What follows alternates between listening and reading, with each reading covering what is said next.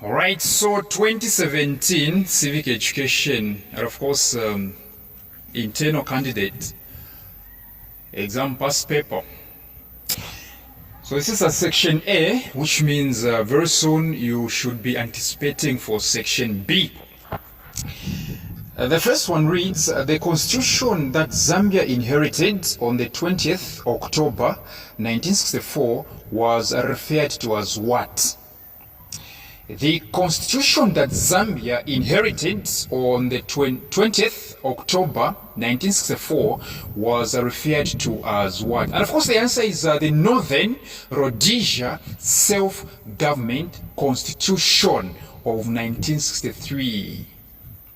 The Northern Rhodesia Self-Government Constitution of 1963. Number two, state the kind of government where all national leaders were appointed by the Queen of England and imposed on the people of Zambia. You know, Queen Elizabeth, we should say rest in peace, right? I don't know. She appointed leaders, all right, to govern Zambia. By then it was called Northern Rhodesia. And these leaders were simply forced on our ancestors, all right, our forefathers.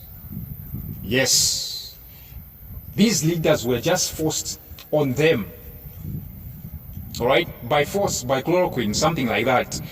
So the question is asking you, state the kind of government whereby the Queen of England, she's late actually, chose appointed leaders to rule Zambia by force. By then it was called Northern Rhodesia. What do we call that one? It's called what? Bad governance, aka dictatorship. Dictatorship. Speaking of dictatorship, I'm not dictating. Why don't you come for my WhatsApp tuitions? I mean, what's wrong actually? Why don't you come for my WhatsApp tuitions and learn more? Anyway, number three, which type of citizenship is acquired by an alien after applying and meeting the prescribed conditions? Which type of citizenship is acquired by an alien after applying and meeting the prescribed conditions? And of course the answer is not natural, it's naturalized. It's what? Naturalized citizenship. Yes.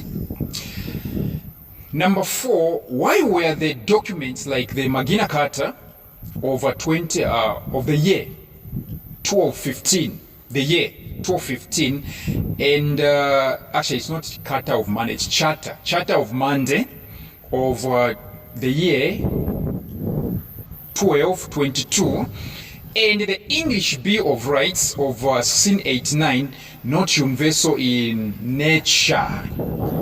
There were documents which were having human rights. We call them earliest. The earliest documents, they were about four. Magna Carta was one of them. It was adopted, right? It was made, all right, in the year 1215.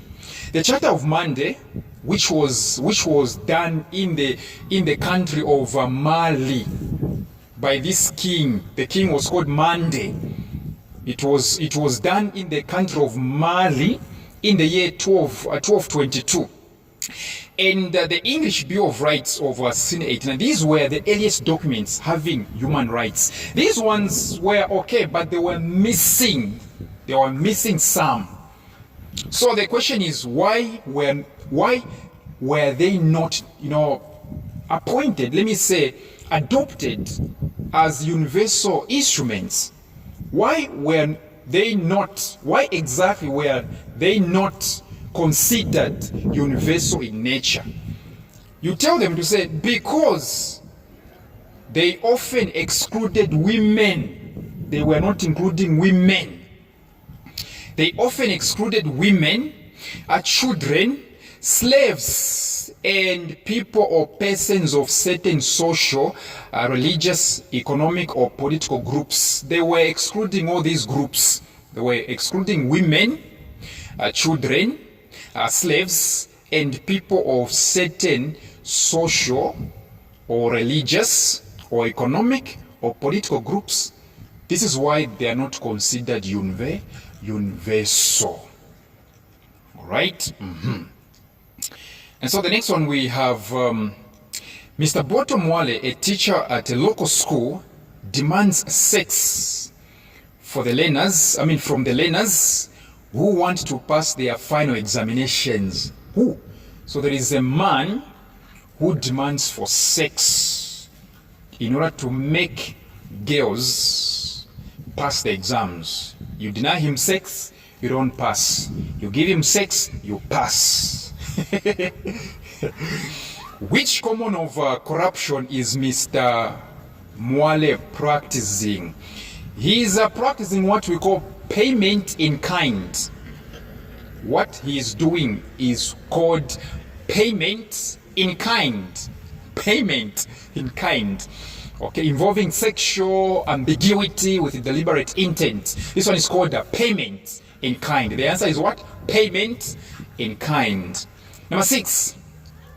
In a particular society, young people practice rap music, hop dance, and graffiti. In a particular society, young people practice rap music, hop dance, and graffiti. What type of culture encourages this practice? And of course, the answer is popular culture. Popular culture. Yes. Number 7, mention any 2 substances that are found in tobacco and are harmful to your body. Yeah, not to the body, to your body once you start taking it. The 2 substances that are found in the tobacco and are very much harmful to the body are called nicotine, even tar, T-A-R. Nicotine, tar, not forgetting carbon monoxide. Yeah, I top up one. Nicotine, tar, and carbon monoxide. These are very much deadly.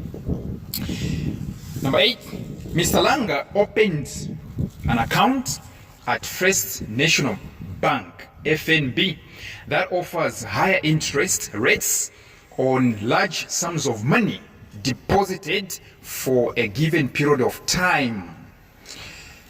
Mr. Langa opened an account at First National Bank, which is FNB, and this one offers higher interest rates on large sums of money deposited for a given period of time.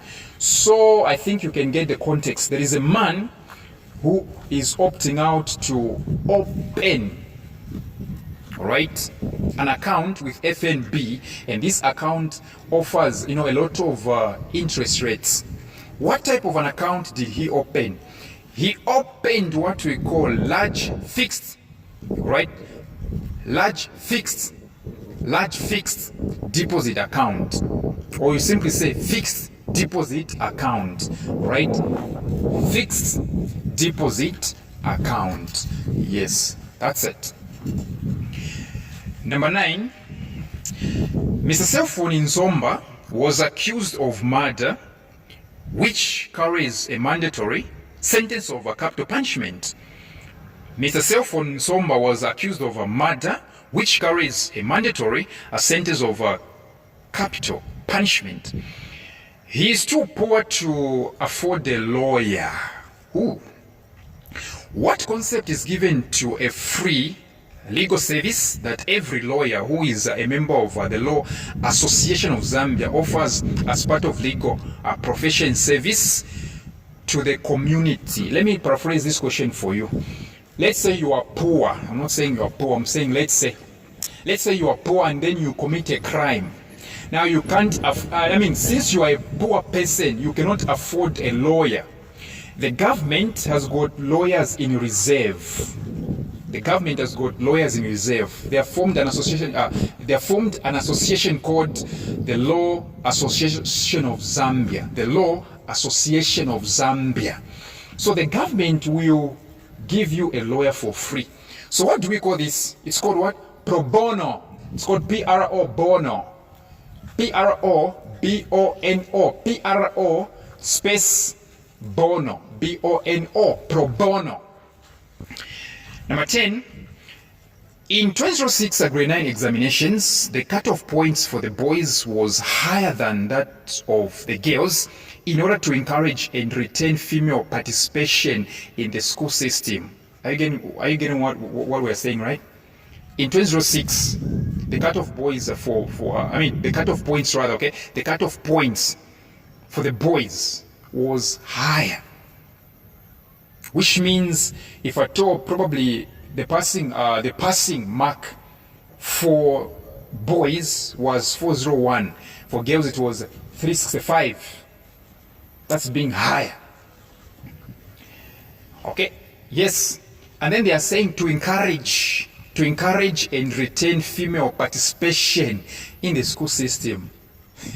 Okay, so they mean lowering the cutoff point for girls will make them pass, right? So that they can proceed to grade 10. Okay, the bigger number of them will proceed to grade 10. Okay, I see. Which policy does the Ministry of General Education use to maintain the proportion of girls at grade 10 level of education? Which policy does the Ministry of General Education use to maintain the proportion of girls at grade 10 level of education? And of course, the answer is affirmative action. Like this one was sung by, actually, there was a song done by Lucky Dube, the late. He sang about this one. Affirmative action. That's the answer here. Affirmative action. Affirmative action. Right? Affirmative action.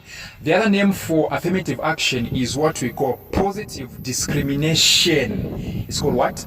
A positive discrimination. Number 11. How do civil wars affect the economy of any given country? How do civil wars affect the economy of any given country? Number 1. The agriculture sector is affected because people find it difficult to go to their farms to cultivate. That's the first thing. All right? Actually, here it's 2 marks, right? But I'll give you 4 or 3.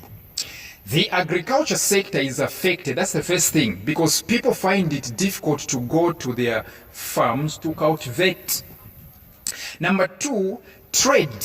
Trade is also affected in that people find it difficult to transport their produce to the markets.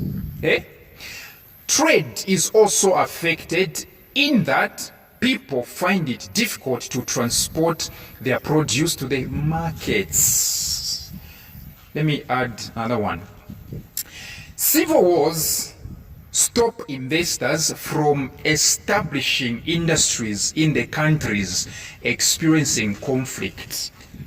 Civil wars stop investors. They won't be coming, right? They stop investors from establishing industries in the countries experiencing conflict. Number 12, suggest 2 ways of addressing child abuse. Suggest 2 ways of addressing child abuse.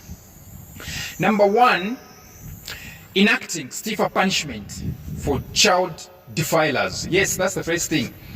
All right, that's the first thing to address child abuse. All right, if I told your neighbor is abusing a child, all right, make sure that the law comes in to enact stiffer punishment for that neighbor, for that child defiler. All right. Number 2, sensitizing the community about the effects of child abuse. Yes, sensitizing them, educating them. All right. Number 3, I'll add reporting cases of child abuse to the victim support unit. This one is under the police service, right?